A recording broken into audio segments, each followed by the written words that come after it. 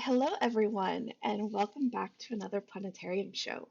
My name is Jessica. I'm the director of the planetarium, and with me tonight are two of the students who work there. I will let them introduce themselves, starting with Lindsay.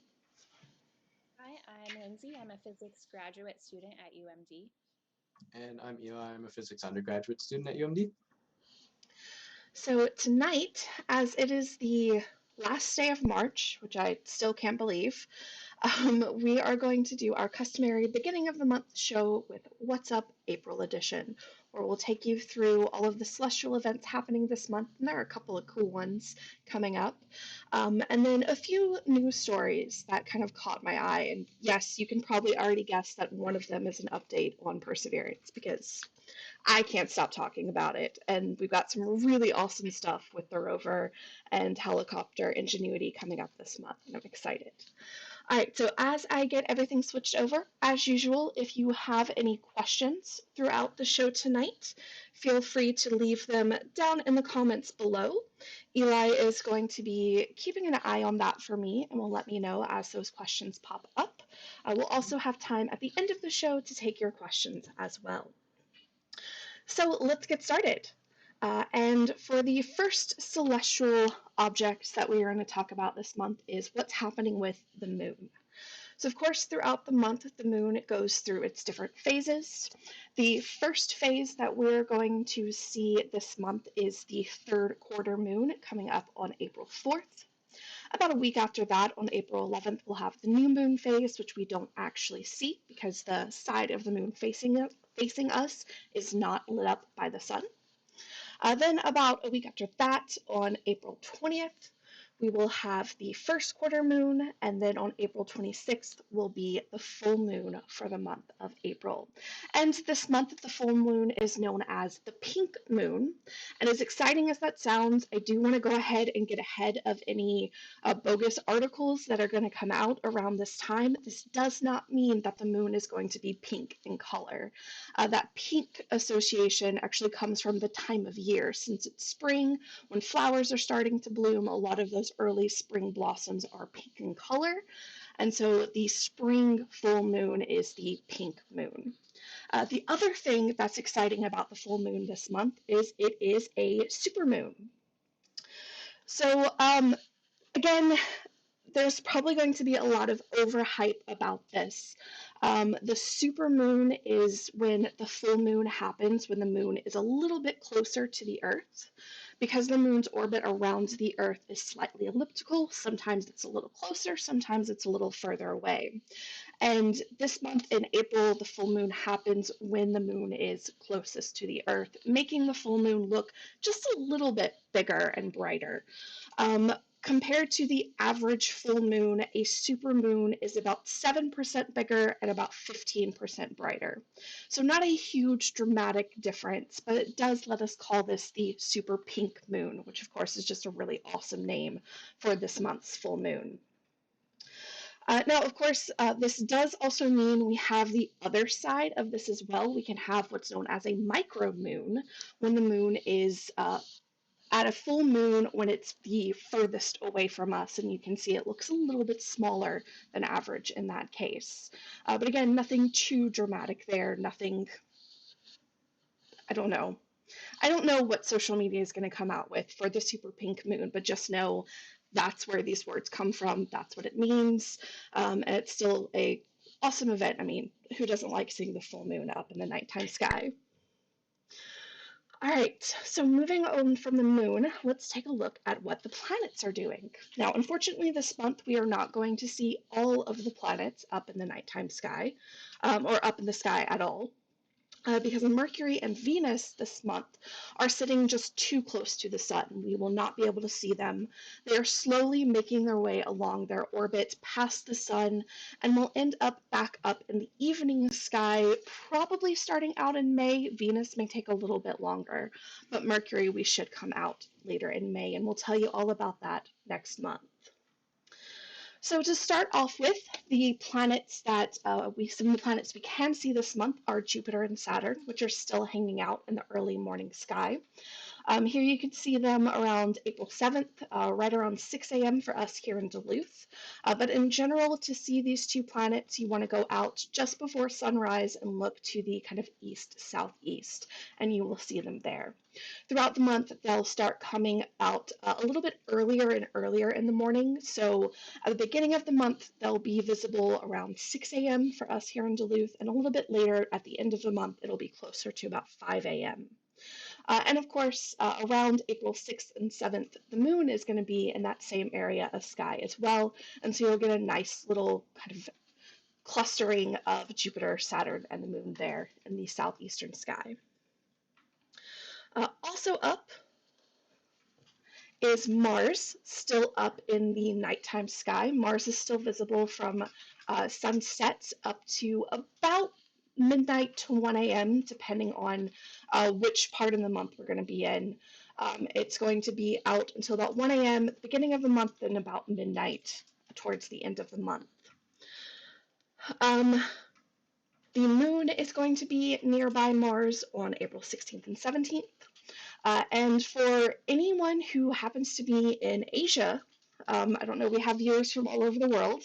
But for those in Asia, you'll actually have a really cool event on April 17th called a lunar occultation, where the moon is actually going to pass in front of Mars and block it from our view for a couple of minutes. Unfortunately for us here in the States, we don't see that happen. We'll just see the moon get kind of close as it passes by Mars over the course of the day from April 16th to 17th. Lastly are Uranus and Neptune, which generally aren't planets that you can see with your naked eye, but are visible with a small pair of binoculars or a small telescope. But even they aren't going to be super visible this month. Uranus can be seen right at the beginning of the month, just after sunset, but after the first couple days of April, it's going to be below the horizon as it moves closer to the sun and will no longer be in view for us. And then Neptune's going to do something similar. At the end of the month, it's going to start being visible just before sunrise up in the east. And so if you really want to see those two, that's the best time to see it. But for the bulk of the month, Uranus and Neptune aren't going to be visible. All right, and that is what's going on with our planets. Now, the other really cool event that is happening this month is a meteor shower. We finally have our first big meteor shower of the year. Before we get into the details of the meteor shower, let's talk a little bit about what's going on here. So meteor showers happen when the Earth passes through the debris trail left behind by a comet. As comets swing by the sun, because they are made up of a lot of ice, those ices vaporize and carry dust away with that, with the gases kind of vaporizing off of the comet, and that leaves this trail of dust and debris along the orbit of the comet. And then whenever we pass through that debris, those dust grains that are in the comet's orbit fall through our atmosphere, heat up, and shine bright as that streak of light that we call a meteor. And so that's how we can predict and know when these meteor showers are going to happen, because they happen when we pass through these comet trails. And that's also why they tend to happen at the same time every year. So our April meteor shower is the Lyrids. It runs from about April 16th to about April 25th, with the peak happening the night of April 21st into early morning of April 22nd. Now, the meteor shower is named the Lyrids because that's that's the constellation the meteors appear to originate from, right near the constellation of Lyra the Harp. And it's easy to find because there's a super bright star named Vega. That is the brightest star in Lyra. And if you watch any of our summer constellation shows, you know Vega is one of the 3 stars in the summer triangle. And so the Lyrids will appear to come from a region near there. And so that's going to be kind of in the eastern sky, although you don't want to look directly at Lyra as the meteor shower is happening. Because basically, what we're seeing is that's the direction all of the material appears to be coming from. So if we're looking right at it, we see things coming more or less straight on, and that's not going to produce a really bright meteor trail. What we want to see are ones that are coming more to our sides and going past more this way, because that's going to produce that bright meteor trail. And so you actually are going to want to look more towards the north or towards the south to get more of the sideways view of that material coming through our atmosphere. Now, unfortunately, on the night of the peak, we do have a waxing gibbous moon up, which is going to cause a little bit of light pollution, make it a little bit harder to see some of the fainter meteors. So technically, you can start seeing meteors from the meteor shower around, I believe it's 10 p.m. Once the Lyra and Vega rise around that time. But the best time to really watch is really going to be after the moon sets, which is going to be about 3:30 a.m. for us here in Duluth. So you can still see some after 10 p.m. If you go out and have some patience to watch, but if you want really good dark skies, you're going to want to wait until after the moon sets.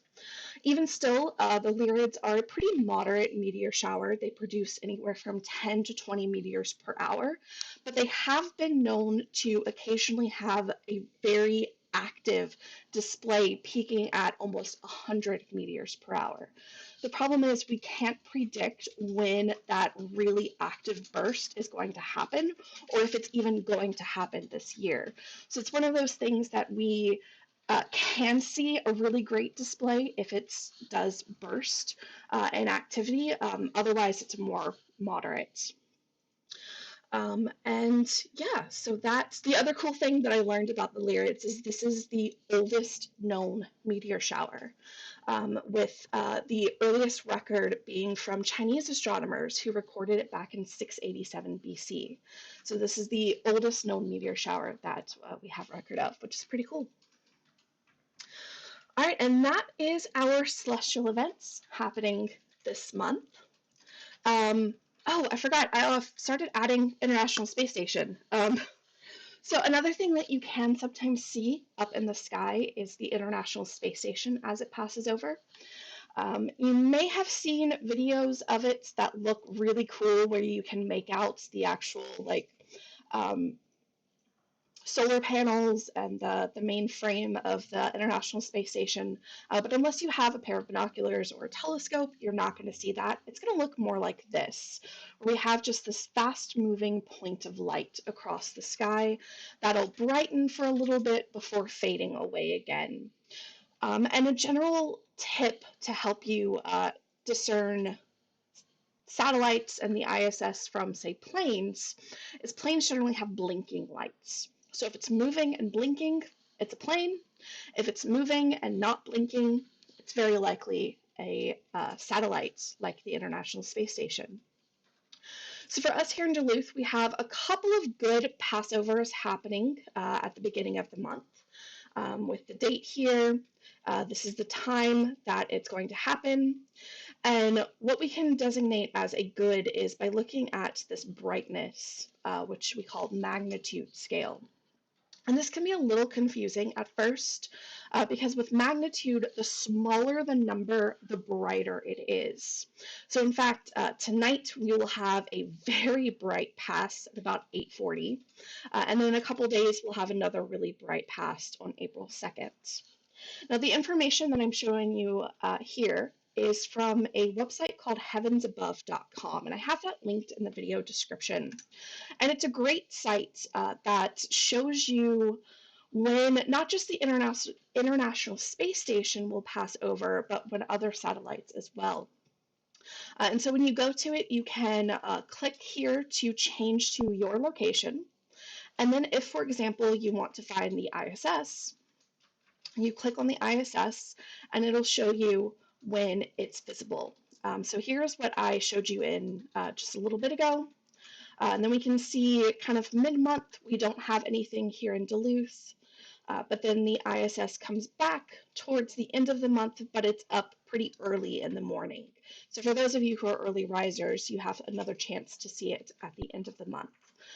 The other thing that happens is for any particular Passover, you can click on the date and it will show you a map of the sky and where exactly you'll see the International Space Station as it passes by overhead.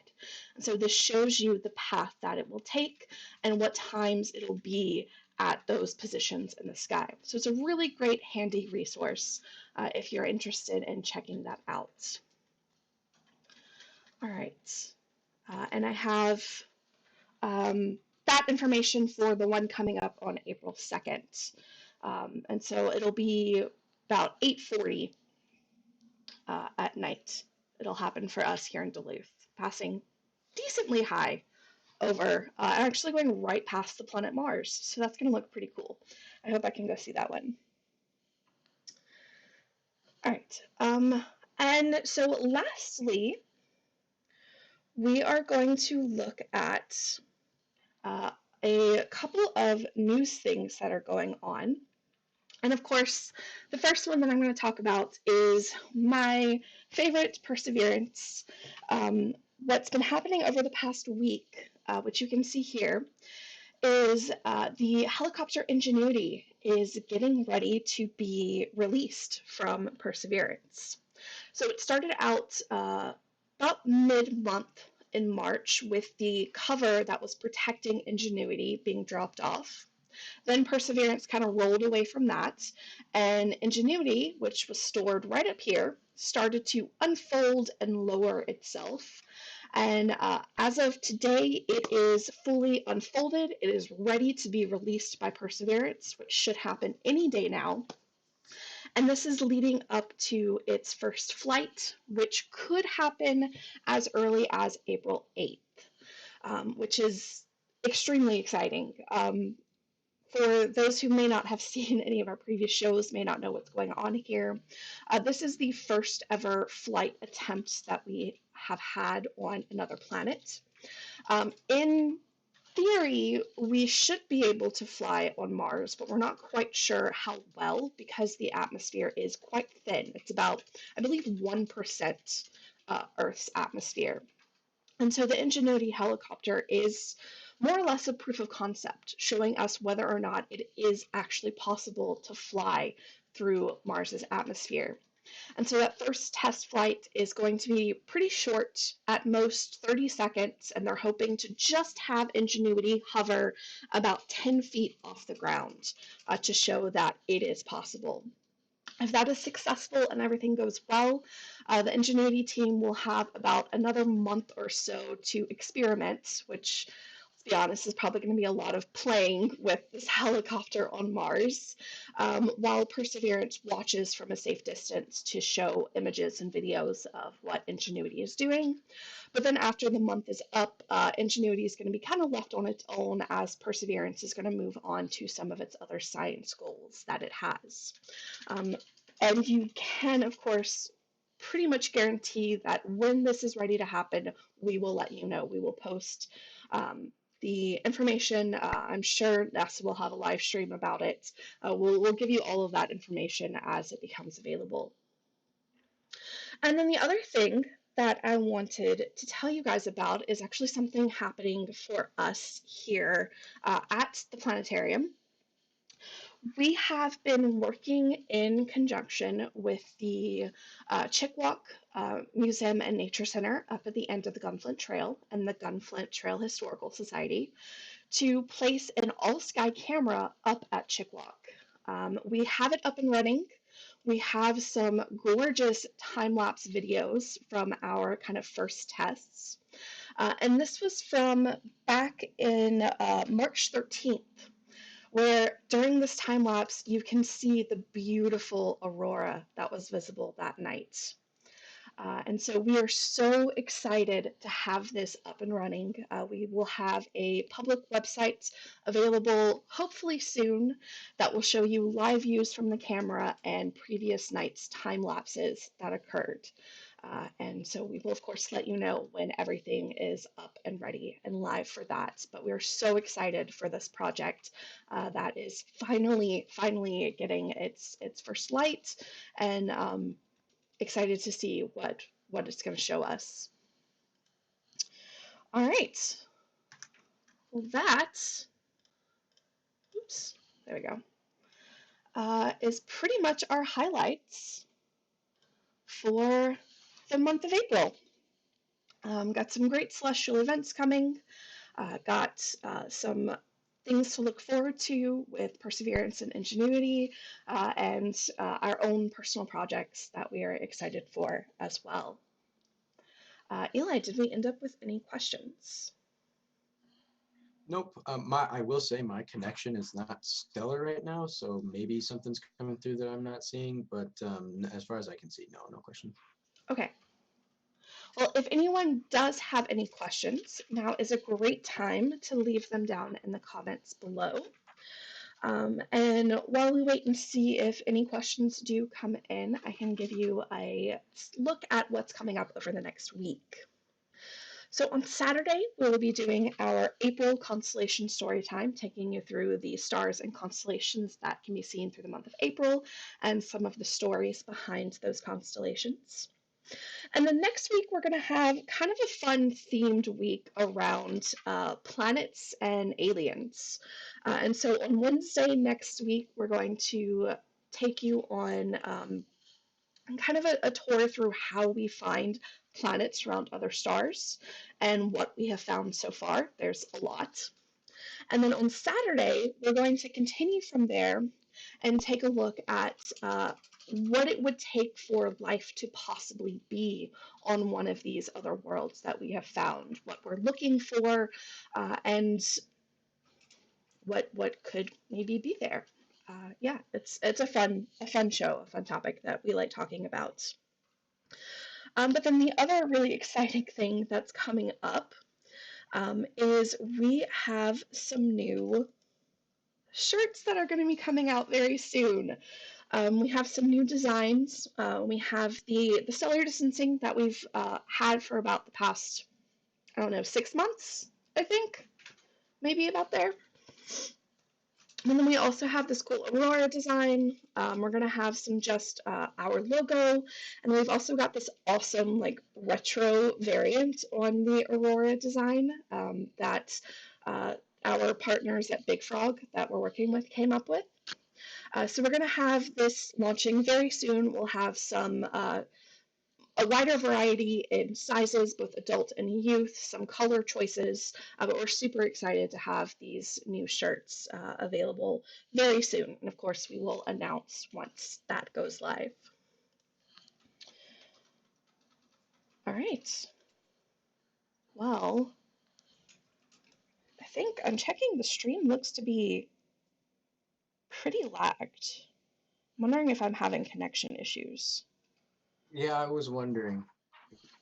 It's But possible. my Zoom is also lagging a little bit, so it could be on my end as well.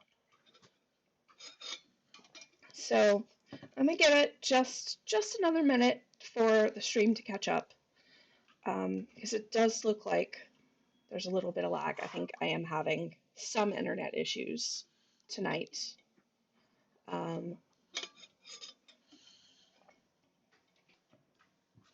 I guess the other thing I want to say, and I still am working on the actual official promo image, but we do have our Socially Distanced Astronomy Day coming up on May 22nd. From, what did we say, 2 to 4? I think we said 2 to 4. We'll be outside the planetarium handing out activity kits with fun activities.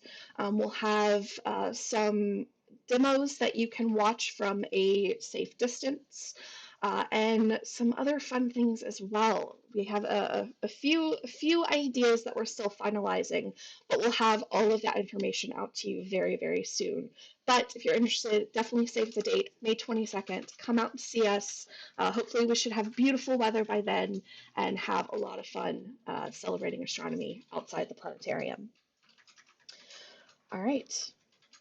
Well, I'm not seeing any questions come through. If there are any that come in later, since the stream appears to be a bit delayed, I will watch that over the next little bit and answer them in the comments. So we will just go ahead and wrap up from there. Thank you everyone so much for joining us. We hope you enjoyed the show, have some things to look forward to this month. If you liked the show tonight, we do stream regularly on Wednesdays and Saturdays at 7 p.m., 7 p.m. Central. But other than that, have a wonderful evening, and we will see you all next time. Bye, everyone.